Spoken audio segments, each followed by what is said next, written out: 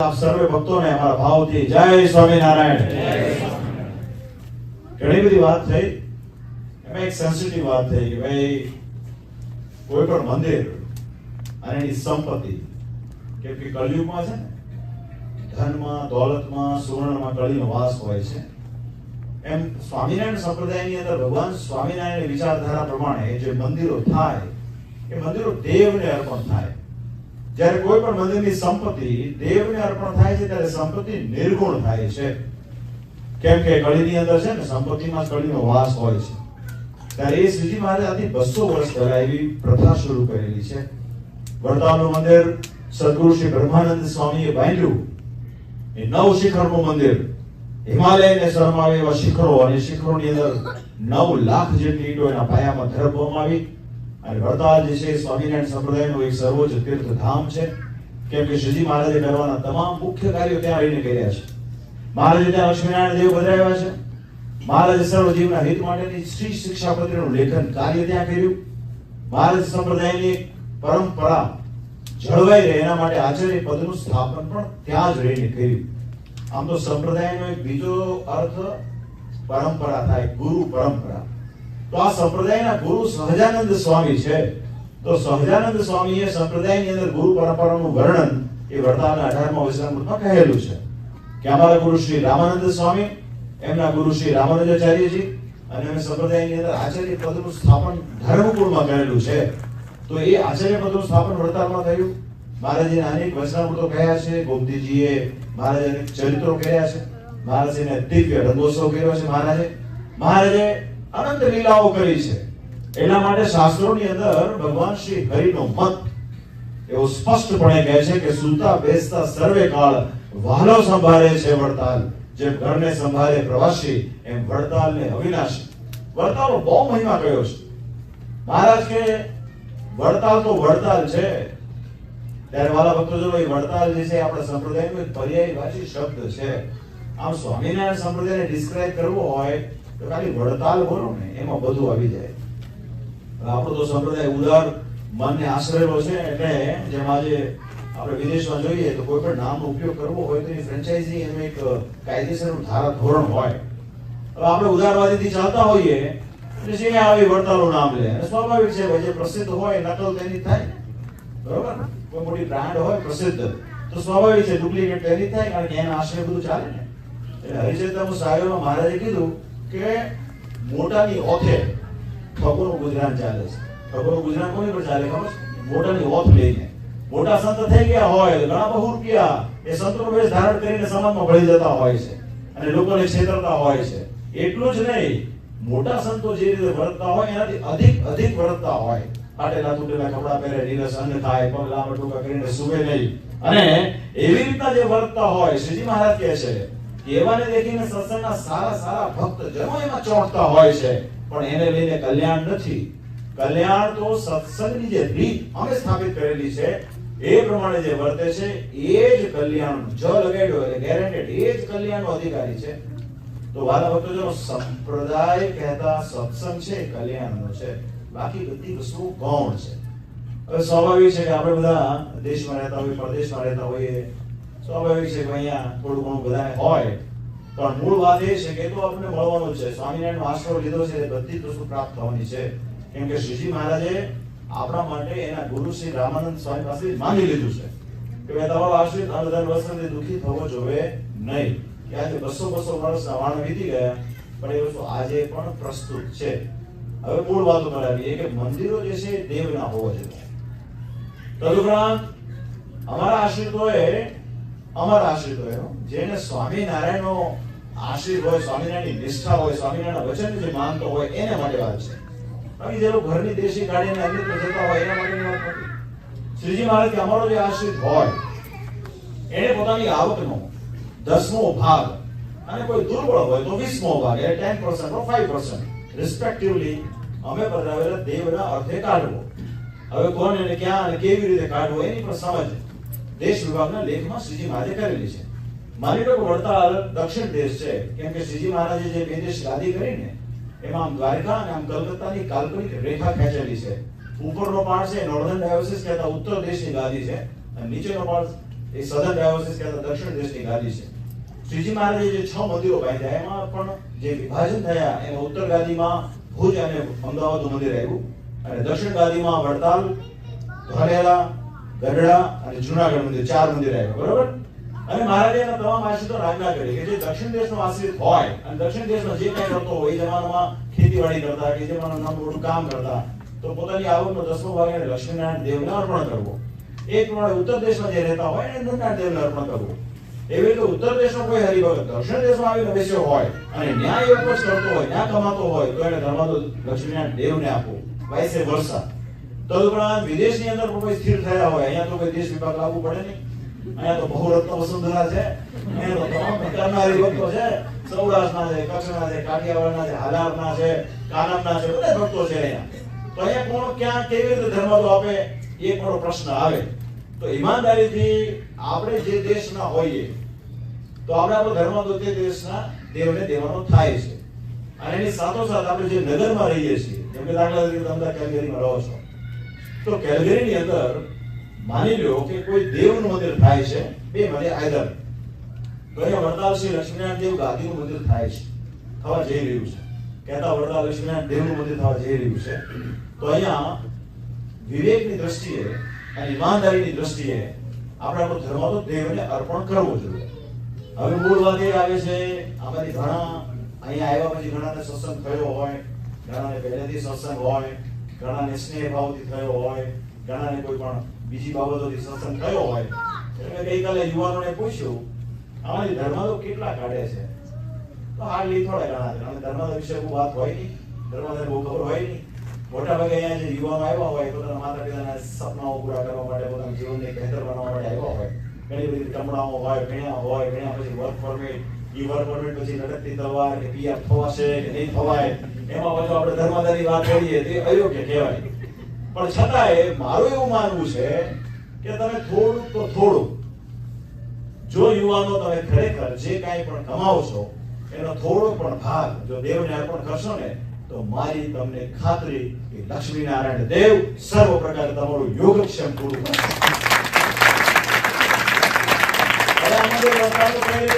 ગયા વખતે પણ અમે આવ્યા હતા ત્યારે ચેરમેન સ્વામી હતા, એટલે મારા હરેન્દ્રભાઈ આદિ ભક્તોએ વાત કરી કે અહીંયા હરિભક્તો જો ધર્માદો આ મંદિરમાં આપે તો કેમ?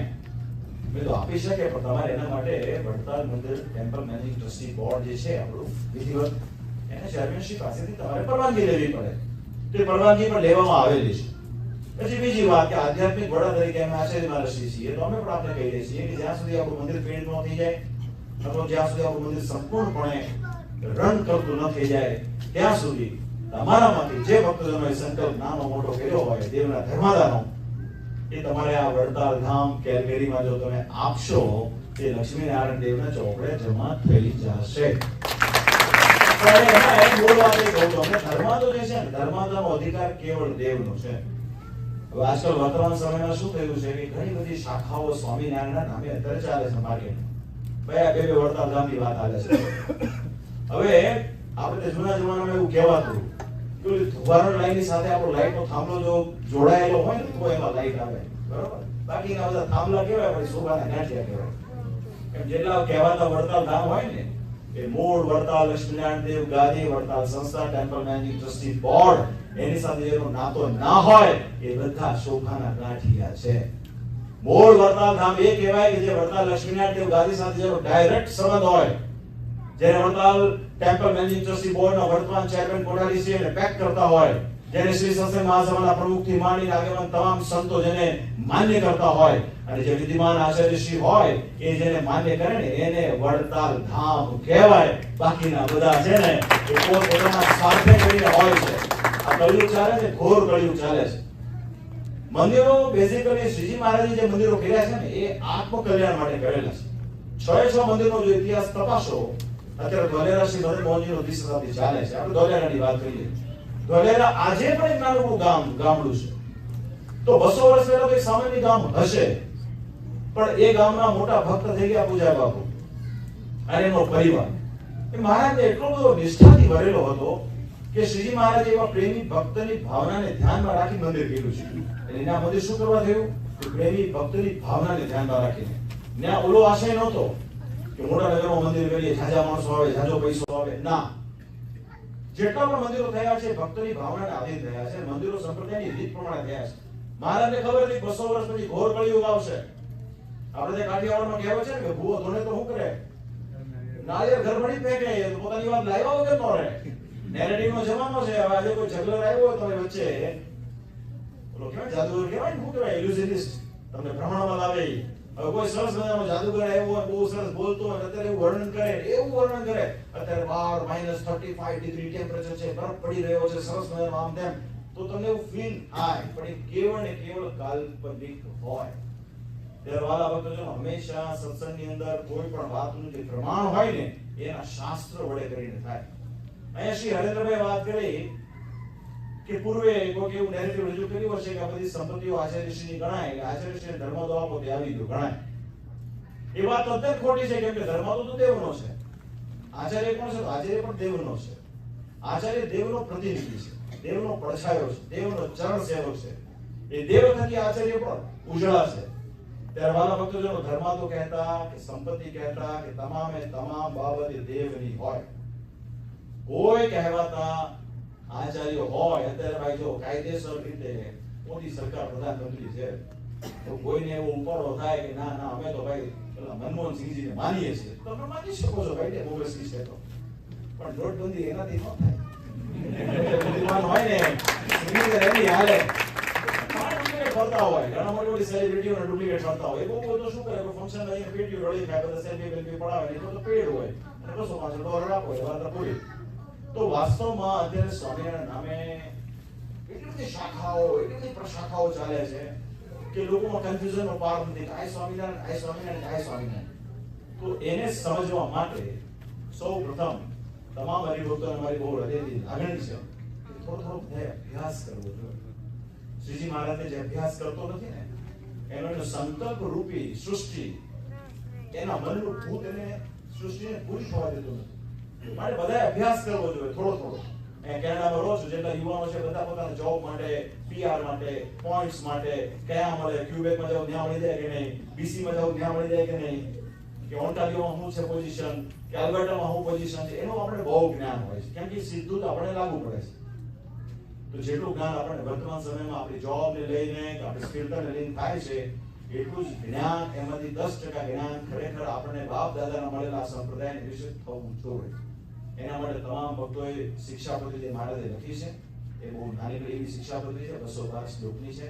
એમાં આખા સંપ્રદાયનો ટોટલ સાર એમાં આવી ગયો છે. ત્યાગી, ગૃહી, આચાર્ય, ભાઈ, સદ્વા, વિધવા, કેને કેમ વર્તવું, એ બધી વસ્તુનું વર્ણન એમાં છે. તો સર્વપ્રથમ તો મારી તમામ ભક્તોને બહુ ભલામણ છે, જો તમારે સત્સંગને આગળના લેવલે લઈ જવું હોય ને, તો થોડો શિક્ષાપત્રીનો અભ્યાસ કરો, અને એમ કરશો તો નિશ્ચય બહુ સરસ થશે. આ એક વાત. બીજી વસ્તુ, આપણે બધા વિદેશમાં રહીએ છીએ, બધા વેલ ટુ ડુ છે, બધા ડોલર કમાય છે, બધા પાસે ગાડી છે, બધા પાસે મકાન છે. તો આમાં કોઈને નમે ને એના જેવી વાત છે, બરોબર છે. એટલે થાય શું, સત્સંગમાં સંઘર્ષ બહુ થતો હોય. જો કે અહીંયા શક્યતા ઓછી છે, કારણ કે હજી તો મંદિર આપણું થયું નથી. જે દિવસે મંદિર થઈ જાય, મોટું થઈ જાય, 3-4 કરોડ થઈ જાય, $2-5 મિલિયન ફંડ થઈ જાય, તેથી અસલી ખેલ થાય. અત્યારે તો આખા બધા થતા હોય, કારણ કે એમ થાય કે હવે આપણે બોલશું તો ગળામાં હાર આવશે. પણ મારા ભક્તોનો પ્રેમથી રહેજો, સંપીને રહેજો, આત્મીયતાથી રહેજો. દરેકમાં ગુણ અને અવગુણ બધામાં હોય છે. કોઈ કઈ અમારી પુરુષોત્તમ નારાયણ છે નહીં. મારે વાલા ભક્તો બહુ પ્રેમથી રહેજો, તો ચોક્કસ તમે જે ધાર્યું છે ને એના કરતા પણ શ્રેષ્ઠ મંદિર થશે. અત્યારે આપણી નાની શરૂઆત છે, જેમાં આપણે વર્ષો પહેલા આપણા વડીલો અહીંયા વિદેશમાં આવ્યા હોય, અમેરિકા આદિ, તો નાનેથી શરૂઆત થતી હોય છે. પણ એ શરૂઆત આપણી બહુ સ્ટાન્ડર્ડ છે, યોગ્ય દિશામાં છે, શ્રીજી મહારાજની રુચિ પ્રમાણેનું છે. આ કોઈ વ્યક્તિનું મંદિર નથી, આમાં કોઈ ત્યાગી વિશેષનો પણ લાગ ભાગ નથી. મોટા ભાગે શું થાય છે, વર્તમાન સમયમાં આવું એમ થાય કે અમારું હાંઠેલું ફોસી દઈએ. અમારા રામદાસ સ્વામી છે ને, એકદમ એવા નિષ્કામ ભાવથી આખા દેશ અને વિદેશમાં સત્સંગનું વિચરણ કરે છે, અને કોઈ દિવસ એવો ક્યારે સંકલ્પ થયો નથી કે આ મંદિરમાં અમારું રહે, કેમ કે આ મંદિર દેવનું છે. થાય શું ઘણીવાર કે જે દેવનું હોય ને, તો લગભગ લોકો તો એવું જ્ઞાન આપતા હોય કે આમાં કઈ થાય નહીં, જે હવનું હોય કોઈનું ન હોય, એવો ભાવથી અમને હોંપી દો, અમે સત્સંગ કરાવશું, અમને હોંપી દો, અમારા સંત મંડળને મૂકી દેશું. જો ભાઈ આ મંદિર દેવનું છે, દેવનું હશે ને તો જ આમાં શાશ્વત સુખ મળશે. વિચાર કરો, વડતાલનું મંદિર બ્રહ્માનંદ સ્વામીએ બાંધ્યું, હવે કદાચ બ્રહ્માનંદ સ્વામીએ કહ્યું હોત કે સ્વામી અમારું મંડળ જ્યાં સુધી રહે આ જીવન ત્યાં સુધી અમારું મંડળ આ મંદિરમાં સેવા કરે, અથવા તો રઘુવીરજી મહારાજ આદિ આચાર્ય હતા, રઘુવીરજી મહારાજને શ્રીજી મહારાજે કીધું હોત કે જાઓ અમે તમને આચાર્ય બનાવ્યા છે, આ સંપ્રદાયના ધણી બનાવ્યા છે, આ મંદિર કુલ પરંપરામાં તમારું રહે, તો કદાચ શું પરિસ્થિતિ હોત વી નેવર નો. પણ એ લક્ષ્મીનારાયણ દેવનું છે ને માટે આજે 200 વર્ષ નહીં 2000 વર્ષ થશે ને તો પણ સર્વ માટેનું વડતાલ લક્ષ્મીનારાયણ દેવનું આજે ખૂબ આનંદ થયો છે. સારી તમે મહેનત કરી છે.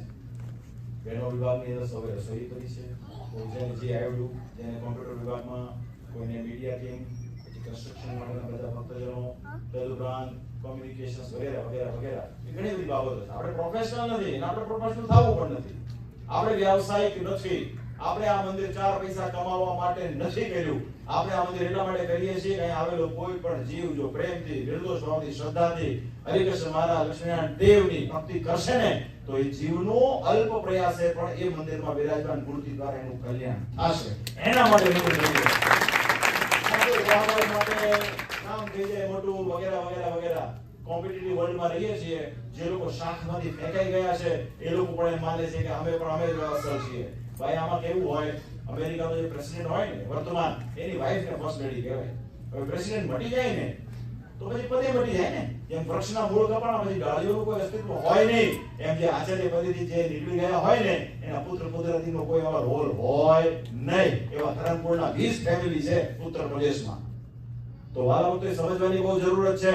પરમાત્માની કૃપા હોય એમ થાય. આપણે બધા બોલીએ છીએ ને કે આ વિશ્વમાં ભગવાનની મરજી વગર સૂકું પાંદડું પણ ખાવા સમર્થ નથી. ભગવાનની ઈચ્છા હોય એમ થાય. ભગવાનની ઈચ્છા એ જ મારું ભાગ્ય.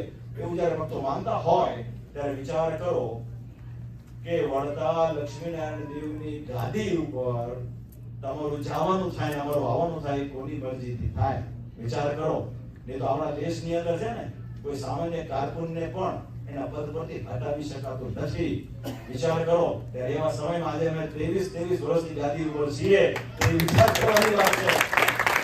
અને બીજું વાલા વખતેનો બહુ સભાન થઈ, બહુ ગંભીરતાપૂર્વક કહું છું, સ્વામિનારાયણ ભગવાન અને એને પધરાવેલા જે દેવ હોય એને સિંહાસનમાં રાખવા, અન્ય વસ્તુ રાખવી નહીં. ઉપાસના કરો તો શુદ્ધ કરો, ભલે થોડી કરો. કોઈ તમને કહેતું નથી 24 કલાક ભજન કરો, પણ જેટલું કરો પ્યોર કરો, સાચી દિશામાં કરો. ભગવાનનો રાજીપો પ્રાપ્ત કરવો હોય તેને બહુ કષ્ટ સહન કરીને આ સંપ્રદાય સ્થાપ્યો છે. આ સંપ્રદાય કઈ અલેટ ટપુએ સ્થાપેલો નથી. આ સંપ્રદાય અનંત કોટી બ્રહ્માંડના આધાર પુરુષોત્તમ નારાયણ સ્વામી નારાયણે સ્થાપેલો છે. બે દેશ ગાદી કરી છે, 6 મંદિરો બાંધ્યા છે, અનેક ચરિત્રો કર્યા છે, અનેક શાસ્ત્રોની રચના કરાવી છે અને આપણને સ્પષ્ટ ઉપદેશ આપ્યો છે. માટે વાલા વખતે એ પ્રમાણે ચાલજો. બધા પ્રકારનું મંદિર આપણું બને છે, આપણું જ છે. આમાં કઈ બહુ લાંબો પડો વિચાર કરવો નહીં. ખ્યાલ આવ્યો ને? અને એ પ્રમાણે બધા લાગી પડો. નિશ્ચય આવતા વર્ષે અમે આવીશું તો અમને એમ થવું જોઈએ કે વડતાલ રામ મંદિર નિર્માણ થઈ ચૂક્યું છે અને વડતાલ લક્ષ્મીનારાયણ દેવની પ્રતિષ્ઠા પણ થઈ જશે.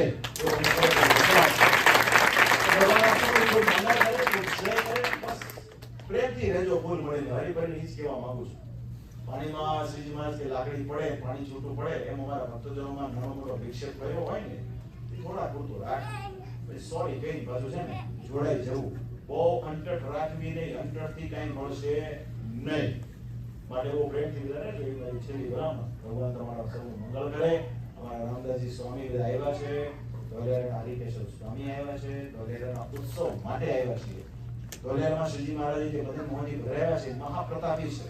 એના 200 years ઓલરેડી પૂરા થઈ ગયા વૈશાખ સુદ તેરસના રોજ. પણ આપણે ભાલ પ્રદેશ છે એટલે ડેઝર્ટ જેવું હોય, ગરમી બહુ હોય એટલે આપણે ડિસેમ્બરમાં ઉત્સવ રાખ્યો છે. બહુ મોટા સ્કેલ પર રાખ્યો છે. વડતાલ ગાદી પાસે 1300 કરતા પણ વધારે સંતો છે. બધા સંતોનો સક્રિય પ્રયાસ છે અને અમારા ધોલેરાના કોઠારી બહુ યશસ્વી છે, ભાગ્યશાળી છે. એ કોઈ પણ ભક્તને હું જોઉં છું ઘણા દિવસથી અમે પધરામણી કરી નીકળીએ પછી હરિભક્તને શેષ ભલામણ કરે, બધા જ હરિભક્તો એની વાતને સાનુકૂળ થઈને સેવા નોંધાવે છે. એવા મારા યશસ્વી કોઠારી આવ્યા છે. એ ઉત્સવ તો જબરદસ્ત થશે. જે લોકો ડિસેમ્બર મહિનામાં હોય ઇન્ડિયા એમણે અવશ્યપણે ધોલેરાના ઉત્સવમાં આવવું. અન્યથા ઓનલાઈન તો આવવાનું છે. ઓનલાઈન ટીવીમાં જેમાં તમે મોબાઈલમાં જેમાં જેવું હોય જોઈ શકો છો. એ ઉત્સવની ભવ્યતાથી તમારા હૃદયમાં એવું થવું જોઈએ કે અમારા મૂળ સ્વામિનારાયણ સંપ્રદાયનો ઉત્સવ છે. એની ગૌરવતા હોવી જોઈએ. એની આપણી આસપાસના લોકોને પણ આપણે જણાવવું જોઈએ. એ પણ ઉત્સવમાં પ્રત્યક્ષ કે અપ્રત્યક્ષ પાઠ લેજો, કેમ કે શ્રીજી મહારાજે એ મંદિર કરેલું છે અને મહારાજના બહુ મોટા સંત વૈરાગ્ય મૂર્તિ સદગુરુ નિષ્કળાનંદ સ્વામીએ એ મંદિરની અંદર તપસ્યા કરી છે. 6 મંદિરમાં શ્રીજી મહારાજે ખાલી ધોલેરા માટે જ એવું કીધું કે અહીંયા કોઈ એક સાધુને જમાડે, જગતના કરોડને જમાડે, બેનું પુણ્ય સરખું છે, એવું શા માટે કીધું હશે? કારણ કે બહુ સંઘર્ષમાંથી મંદિર થયું છે. એટલે જ્યારે કોઈ મંદિર સંઘર્ષમાંથી થાય, ટાચા સાધુનો પૈસા હોય નહીં અને રણ જેવું હોય ત્યાં મંદિર થાય, ત્યારે સમજવાનું ભગવાનની ખૂબ કૃપા થાય. તો એ જ પ્રમાણે કેરગીરી પણ સંઘર્ષમાંથી ઊભું થઈ રહ્યું છે. આમાં જે સેવા કરશે ને શ્રીજી મહારાજ ડાયરેક્ટ રાજી થવું કરશે. સૌને મહારાજનું બાંધેલું મંદિર છે, આપ સૌ પધારજો એવી છે ભલામણ છે. શ્રી મહારાજ આપ સૌ ખૂબ મંગળ કરે, ખૂબ શ્રેય કરે એવી એમના ચરણમાં પ્રાર્થનાની સાથે મારા ભાવથી જય સ્વામિનારાયણ.